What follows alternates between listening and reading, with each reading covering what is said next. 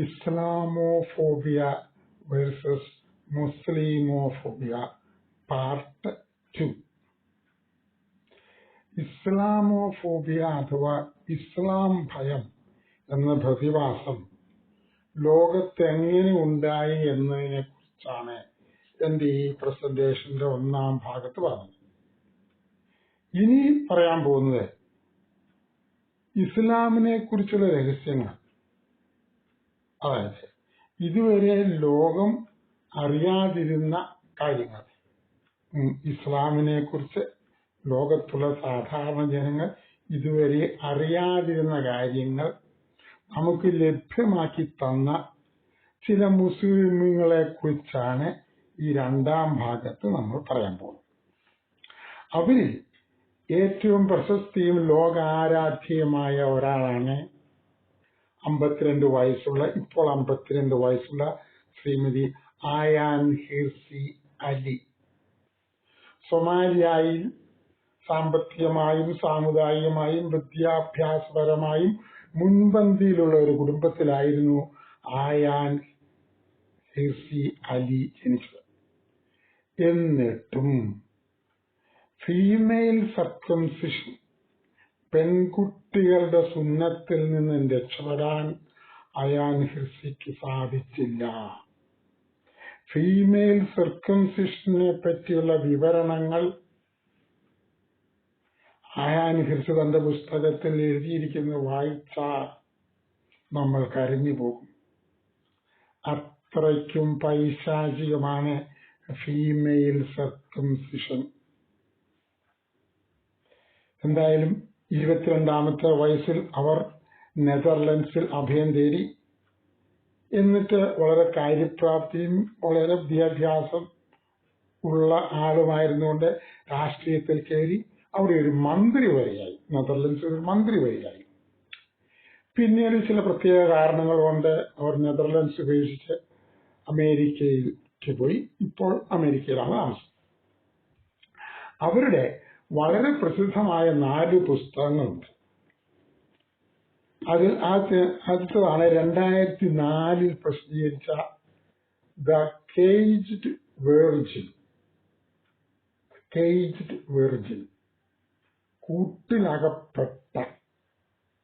അകത്താക്കപ്പെട്ട എന്ന് പറയാം, കന്യക.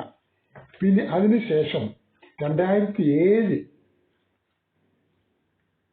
ഇതാണ് ഇൻഫിഡൽ, അവിശ്വാസം. ഇതിലാണ് എന്റെ ലൈഫ്, മൈ ലൈഫ് എന്ന് പറഞ്ഞിട്ടുണ്ട്. ഇതിലാണ് അവരുടെ ജീവചരിത്രം മുഴുവൻ അവർ പറയുന്നത്.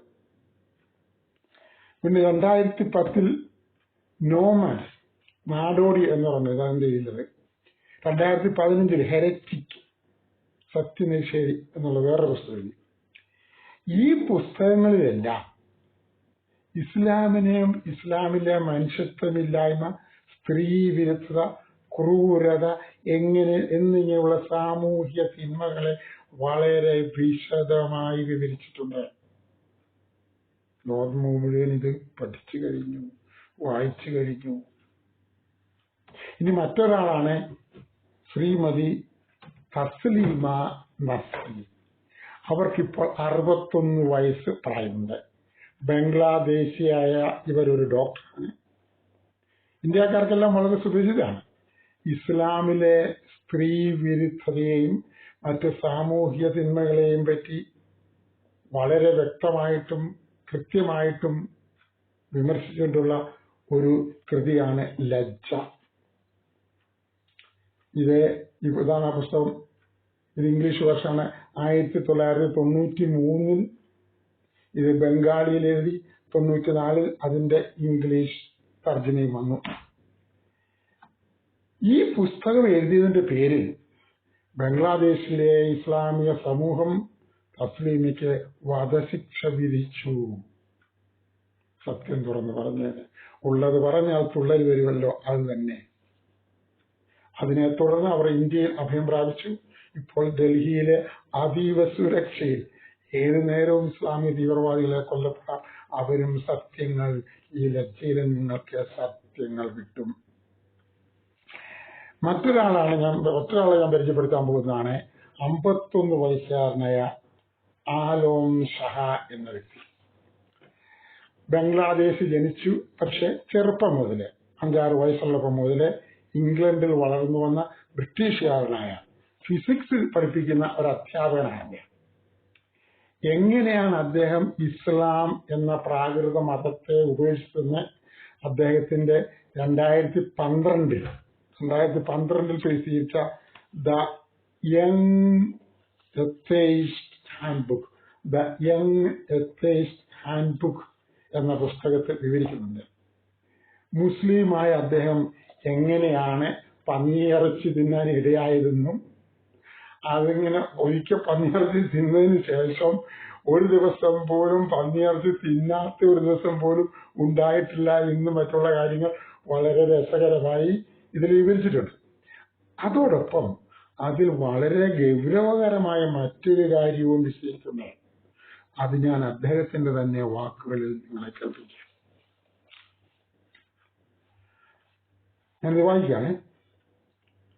I had my own encounter with Islamophobia on a train journey in 2005, a short time after the 7th July terrorist attacks in London. അതാണ് 2005 ജൂലൈ 7 ഇംഗ്ലണ്ടിൽ നടന്ന വലിയ ആക്രമണം. 2 ട്രെയിനിലും ഒരു ബസ്സിലും പോകുമ്പോൾ വെച്ച് വന്ന ആ വലിയ ആക്രമണം. അതാണ് ഈ പറയുന്നത്. A short time after the 7th July terrorist attacks in London, a passenger, a white man who was sitting across the aisle from me, caught my eye. He leaned forward to say, "Can I ask you a question?" He had a can of lager in his hand and reeked of alcohol. But I replied, "Yeah, sure." Thinking it would be something innocuous about train lines or stations, I was unprepared for what he said next. "Why do you people hate us so much?" ഒന്നൊരു ചോദിക്കാം, ഒന്നോട് പറയാം. അദ്ദേഹം പറഞ്ഞ വള്ളക്കാരൻ ചോദിക്കാം അയാളോട്, "Why do you people hate us so much?" He said it with an air of sadness, not anger. I knew that by you people he meant Muslims. And even though I didn't think of myself as a Muslim, I said to him, "We don't. I'm really sorry you feel that way."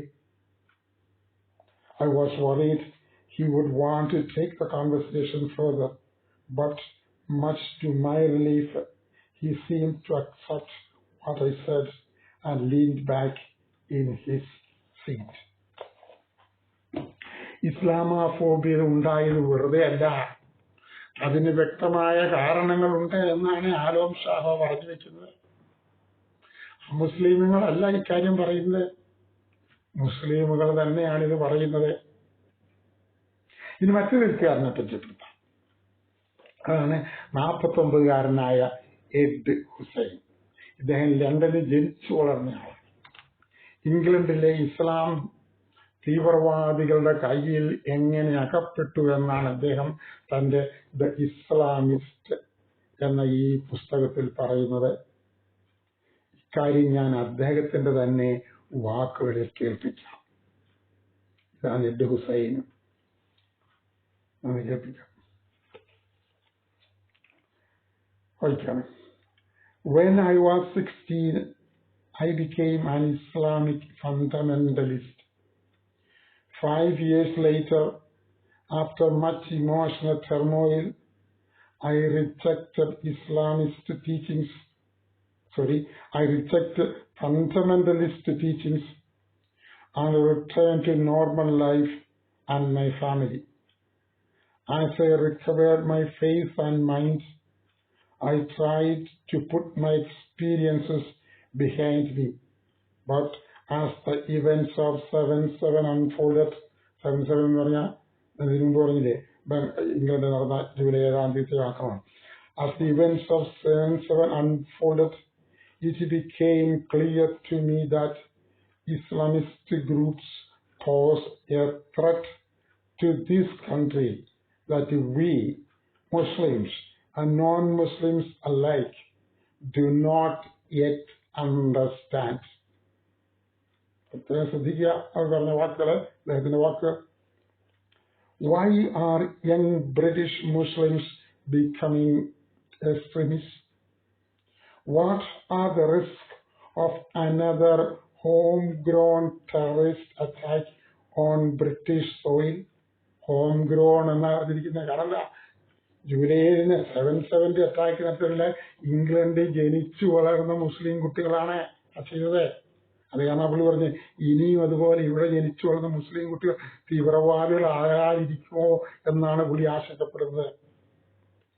By describing my experiences inside these groups and the reasons I joined them, I hope to explain the appeal of extremist thought, how fanatics penetrate Muslim communities, and the truth behind their agenda of subverting the West and moderate Islam. Writing candidly about life after extremism, I illustrate the depth of the problem that now grips Muslim hearts and minds, and lay bare what politicians and the Muslim community leaders do not want you to know.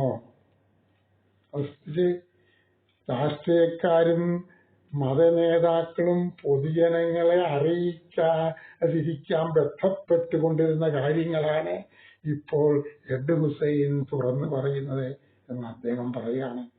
അദ്ദേഹം ഇത് വേറൊരാളുടെ imagination എഴുതിയ കാര്യങ്ങളല്ലേ, സ്വന്തം ജീവിതാനുഭവമാണ് ഈ പറയുന്നത്. This is the first time an ex-member openly discusses life within radical Islamic organizations. This is my story. This is my story. അദ്ദേഹം എല്ലാം പറഞ്ഞിരിക്കുകയാണ്, സത്യങ്ങൾ മുഴുവൻ തുറന്നു പറഞ്ഞിരിക്കുകയാണ്. അതായത് ഇന്നത്തെ പോലെ പോവുകയാണെങ്കിൽ അധികം താമസിയാതെ ഇംഗ്ലണ്ട് മുസ്ലിം തീവ്രവാദികളുടെ കയ്യിൽ വന്ന് വിടുമെന്നാണ് ഇദ്ദേഹത്തിന്റെ ഈ വാക്കുകളിൽ നിന്നും നമുക്ക് മനസ്സിലാക്കാൻ സാധിക്കുന്നത്. അങ്ങനെ സംഭവിക്കുന്നതിന് മുമ്പേ തന്നെ ബ്രിട്ടീഷുകാർ ഉണർന്ന് പ്രവർത്തിക്കും എന്ന് ആശിക്കും. നമുക്കൊന്നും ചെയ്യാൻ പറ്റില്ല, കാരണം നമ്മൾ സാധാരണക്കാരന്റെ പ്രാപ്തിക്കും പ്രയോഗിച്ചതാണ്. ഇനി മറ്റൊരു എഴുത്തുകാരനാണ് 49-കാരനായ മാജിദ് നവാസ്. അദ്ദേഹവും ലണ്ടനിൽ ജനിച്ചു വളർന്ന ആളാണ്. അദ്ദേഹത്തിന്റെ 2007 പ്രസിദ്ധീകരിച്ച ദ റാഡിക്കൽ എന്ന ഈ പുസ്തകം വായിച്ചാൽ നമ്മൾ അക്ഷരാർത്ഥത്തിൽ ഞെട്ടിപ്പോകും. ഈ പുസ്തകം ദ റാഡിക്കൽ അക്ഷരാർത്ഥം ഞെട്ടിപ്പോകുക മുഴുവൻ വായിച്ചു കഴിഞ്ഞു. സ്കൂൾ വിദ്യാർത്ഥി ആയിരിക്കുമ്പോൾ തന്നെ ഹിസ്ബുൾ താഹിർ എന്ന ഇസ്ലാമിക ഭീകരവാദ സംഘടനയിലെ അംഗമായും പിന്നീട് അതിന്റെ നായക സ്ഥാനത്തെത്തി. അതിനുശേഷം സ്വന്തം നാടായ UK-യിലും പിന്നെ ഡെൻമാർക്ക്, പാകിസ്ഥാൻ, ഈജിപ്ത് എന്നീ രാജ്യങ്ങളിലും തന്റെ ഈ ഭീകര സംഘടനയുടെ ശാഖവൽക്കരിച്ചു. ആ രാജ്യങ്ങളിൽ നിന്നും ഭീകരവാദത്തിലേക്ക് ചെറുപ്പക്കാരെ റിക്രൂട്ട് ചെയ്യുകയായിരുന്നു അതല്ലേ. അങ്ങനെ റിക്രൂട്ട്മെന്റിനായി ഈജിപ്തിൽ ചെന്നപ്പോൾ അവിടെ വെച്ചാണ് പോലീസ് ഇയാളെ അറസ്റ്റ് ചെയ്തത്. അത് ജയിലിലിട്ടു. ആ ജയിൽവാസ സമയത്താണ് ഇസ്ലാമിക തീവ്രവാദം എന്തൊരു വിഡ്ഢിത്തവും എന്തൊരു മനുഷ്യത്വ വിരുദ്ധവുമാണെന്ന് തിരിച്ചറിഞ്ഞു. അതിനുശേഷം അദ്ദേഹം മാനസാന്തരപ്പെട്ട് സ്വന്തം സമുദായത്തിൽ നിന്നും ചെറുപ്പക്കാർ ഇസ്ലാമിക ഭീകരവാദത്തിലേക്ക് തിരിയാതെ അവരെ ബോധവൽക്കരിക്കാനായി സ്വന്തമായ ഒരു സംഘടനയൊക്കെ തുടങ്ങി. പക്ഷെ എന്ത് ചെയ്യാനാ, ഇസ്ലാമിക തീവ്രവാദികളുടെ ശക്തി കൂടുതലാണ്. അവരുടെ ആക്രമണം ഇന്നിപ്പോ ഈ സമയത്ത് വളരെ ആക്രമണം ഇയാൾക്കെതിരായിട്ട് ഈ നമ്മുടെ മാജിദ് നവാസിന് അദ്ദേഹത്തിന് അദ്ദേഹം തുടങ്ങിയ സംഘടന അദ്ദേഹത്തിന് അടച്ചുപൂട്ടേണ്ടതായി. ഇനി പറയുന്നത് 6ാമത്തെ ആളാണ് ഇനി പറയുന്നത് വിശ്വവിഖ്യാതനായ ഒരാളെ കുറിച്ചാണ്. അതാണ് 45 വയസ്സുകാരനായ മൊസാദ് ഹസൻ യൂസഫ്. മൊസാദ് ഹസൻ യൂസഫ്, അദ്ദേഹത്തിന്റെ ഫോട്ടോ ഞാൻ മൊസാദ് ഹസൻ യൂസഫ് ചിത്രത്തിലുള്ളതാണ്.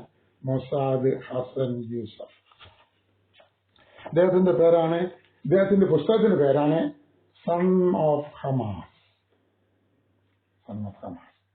ഇത് പ്രസിദ്ധീകരിച്ച 2010 ഈ മൊസാദ് ഹസൻ യൂസഫ് ആരാണെന്ന് ചോദിച്ചാൽ അതിന്റെ ഉത്തരവും സൺ ഓഫ് ഹമാസ് എന്നായിരിക്കും.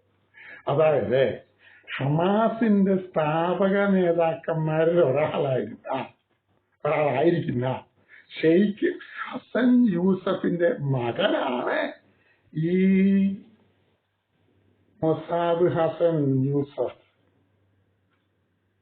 ഇന്ന് നടക്കുന്ന ഇസ്രായേൽ ഹമാസ് പോരാട്ടങ്ങളുടെ മുൻപന്തിയിൽ നിൽക്കേണ്ടിയിരുന്ന ആളായിരുന്നു ഇത്. ഈ മൊസാദ് അവിടെ നിന്നിപ്പോൾ ഭീകര സംഘടന നയിക്കേണ്ട ആളായിരുന്നു. അപ്പനിപ്പോ പ്രായമായി കഴിഞ്ഞ് ഈ മകൻ ഏറ്റെടുക്കേണ്ടതായിരുന്നു. പക്ഷേ ഇസ്ലാമും ഹമാസും എത്രയധികം വികൃതമാണെന്നും എത്രമാത്രം മനുഷ്യത്വരഹിതമാണെന്നും എത്രമാത്രം മനുഷ്യത്വ വിരുദ്ധമാണെന്നും മൊസാദ് 18ാമത്തെ വയസ്സിൽ തിരിച്ചറിഞ്ഞു. എന്നിട്ട് അതനുസരിച്ച് പ്രവർത്തിച്ചു. ആ പ്രവർത്തനങ്ങളെല്ലാം ഈ പുസ്തകത്തിൽ വിവരിക്കുന്നുണ്ട്. വലിയ രഹസ്യങ്ങളായിരുന്നു അതെല്ലാം. എങ്ങനെയൊക്കെ ചെയ്തു പോയി നേരത്തെ പറഞ്ഞാൽ ഇസ്രായേലുമായിട്ട് കൂടി ചേർന്നാണ് എല്ലാം ചെയ്തിരുന്നത്. അത് നിങ്ങൾക്ക് ഈ പുസ്തകം വായിച്ചാൽ കിട്ടുമതല്ല. അവസാനം 28-29 വയസ്സുള്ളപ്പം അദ്ദേഹം അമേരിക്കയിൽ രക്ഷപ്പെട്ടു. ഇതാണ് അമേരിക്കയിൽ പോകുന്നതിന് മുമ്പ് തന്നെ മൊസാദ് ഇസ്ലാം മതം ഉപേക്ഷിച്ചു. 1999 ക്രിസ്തുമതം സ്വീകരിച്ചു. അത് ക്രിസ്തുമതം സ്വീകരിച്ചതിന്റെ എന്ന് പറഞ്ഞാൽ വലിയ രസമാണ്. ജോർദാൻ നദിയിൽ മുങ്ങിയാണ് ക്രിസ്തുമതം സ്വീകരിച്ചത്. കർത്താവ് ചോദിച്ചതുപോലെ ജോർദാൻ നദിയിലാണ് മൊസാദ് മാമൂസ മുങ്ങിയത്. ഇതെല്ലാം അതീവ രഹസ്യമായിരുന്നു. അറിഞ്ഞാലും അന്നേരം അറിയാമല്ലോ. അതീവ അമേരിക്കയിൽ ചെന്നതിന് ശേഷമാണ് മൊസാദ് തന്നെ ഇക്കാര്യങ്ങളെല്ലാം വെളിപ്പെടുത്തിയത്. ഈ എഴുത്തുകാരുടെ കൂട്ടത്തിൽ ഞാൻ സൽമാൻ റുഷ്ദിയെ കൂട്ടുന്നില്ല. കാരണം അദ്ദേഹം 1988 എഴുതിയ സൈറ്റാനിക് വേഴ്സസ് എന്ന പുസ്തകം ഒരു നോവലാണ്. ഈ സൽമാൻ റുഷ്ദി ഇന്ത്യക്കാരനല്ല, അറിയാമല്ലോ. പക്ഷെ ഞാനിപ്പോൾ പറഞ്ഞ ഈ 6 എഴുത്തുകാർ എഴുതിയിരിക്കുന്നത് അവരുടെ ജീവിതാനുഭവങ്ങളാണ്. അത് കാരണം അവയെ വ്യാഖ്യാനിക്കാനോ വ്യംഗ്യാർത്ഥത്തിൽ കാണാൻ സാധിക്കില്ല. അവയുടെ വാച്യാർത്ഥത്തിൽ തന്നെ കാണും. ഇതെല്ലാം ജീവചരിത്രങ്ങളാണ്. ഈ പറഞ്ഞ 6 പേരുടെ പുസ്തകം, ഇപ്പൊ 10 പുസ്തകങ്ങളുണ്ട്. ആ 10 പുസ്തകങ്ങളും അവരുടെ ജീവിതാനുഭവങ്ങളാണ്. അവരുടെ വാച്യാർത്ഥം തന്നെ എടുക്കണം. ഇതെല്ലാം ഇംഗ്ലീഷ് എഴുതിയ പുസ്തകങ്ങളാണ്. ഇത് നമുക്ക് മലയാളികളായി ചിലത്, അതായത് ഇസ്ലാമിന്റെ തനിനിറം എന്താണെന്ന് മലയാളികളുടെ മുന്നിൽ തുറന്നു കാണിച്ചുകൊണ്ടിരിക്കുന്നതുമായ ചില പാർട്ട് 3 ഞാൻ പരിചയപ്പെടുത്താം. പാർട്ട് 2 ഇതുകൊണ്ട് അവസാനിക്കും. Thank you.